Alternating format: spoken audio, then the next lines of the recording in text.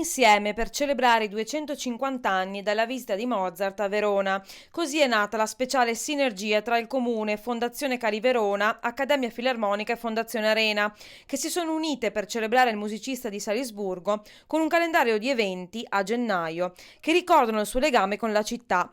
Alessandro Mazzucco, presidente di Cari Verona, ci ha spiegato qual è stata la spinta che ha avvicinato le quattro realtà. Inizia con una convergenza su una figura che è fuori discussione e sulla quale è stato anche relativamente facile realizzare una convergenza. Però questo nasce sicuramente da un nostro stimolo di Fondazione Cari Verona che da sempre dichiara la necessità di realizzare la propria attività in un contesto territoriale in cui si fa sinergia. Ecco, quindi siamo soddisfatti perché questo è finalmente un punto di arrivo per andare avanti su questa strada.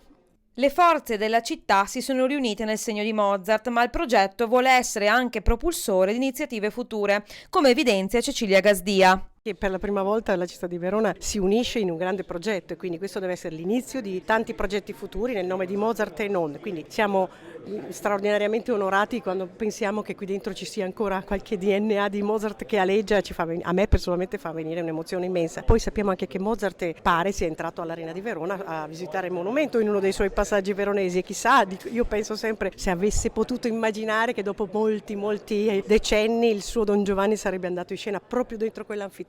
Comunque noi ovviamente facciamo parte di questo progetto, saremo la chiusura di tutte le manifestazioni, che sarà appunto la chiusura con questo grande concerto mozartiano col maestro Alexander Lonkic in veste di direttore d'orchestra e anche di pianista, e sarà per noi anche l'inaugurazione della nostra stagione sinfonica 2020.